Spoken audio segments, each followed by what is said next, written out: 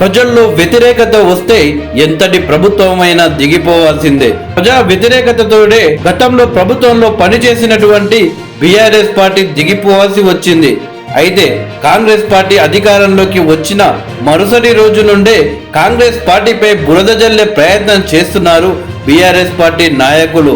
కాంగ్రెస్ పార్టీపై ప్రజా వ్యతిరేకతని ప్రభుత్వం ఏర్పాటైన మరుసటి రోజు నుండే వచ్చేలా బీఆర్ఎస్ పార్టీ నాయకులు అలాగే కార్యకర్తలు ప్రయత్నాలు చేస్తున్నారు. కానీ ఆ కుట్రలను ఎప్పటికప్పుడు పసిగడుతూ ప్రభుత్వంపై వ్యతిరేకత రాకుండా తెలంగాణ రాష్ట్ర ముఖ్యమంత్రి రేవంత్ రెడ్డి గారు బాధ్యత తీసుకుంటూ ముందుకు వెళ్తున్నారు.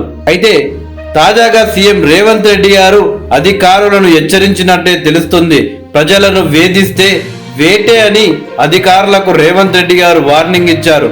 ప్రజలను ఇబ్బంది పెట్టి ప్రభుత్వానికి చెడ్డ పేరు తెచ్చేలా ప్రవర్తించే అధికారులపై కఠినంగా ఉంటామని ముఖ్యమంత్రి శ్రీ యనుమల రేవంత్ రెడ్డి గారు హెచ్చరించారు. ప్రభుత్వం అనుమతి లేకుండా అధికారులు తమకు తోచినట్లుగా సొంత నిర్ణయాలు తీసుకుంటే సహించేది లేదని అన్నారు. ఇటీవల మహబూబ్ నగర్ జిల్లాలో రైతులకు సంబంధించిన వ్యవసాయ కనెక్షన్లపై తనిఖీలు చేయటంపై సీఎం రేవంత్ రెడ్డి గారు ఆగ్రహం వ్యక్తం చేశారు. నిన్న డాక్టర్ బిఆర్ అంబేద్కర్ తెలంగాణ రాష్ట్ర సచివాలయంలో ప్రజాపాలన దరఖాస్తుల సమీక్ష జరుగుతుండగా ఈ అంశం చర్చకు వచ్చింది.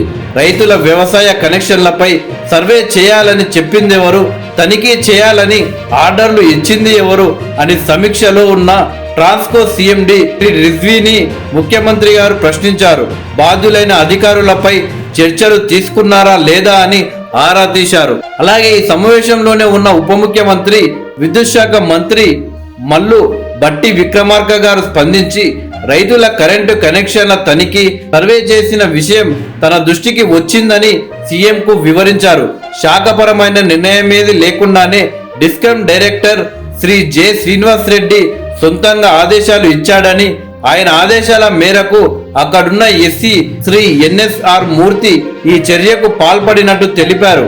ఈ వ్యవహారంలోనే డైరెక్టర్ శ్రీ శ్రీనివాస్ రెడ్డిని విధుల నుంచి తొలగించామని, ఎస్సీ అక్కడి నుంచి బదిలీ చేశామని ఉప ముఖ్యమంత్రి జరిగిన సంఘటనను మొత్తం సీఎం రేవంత్ రెడ్డి గారికి వివరించారు.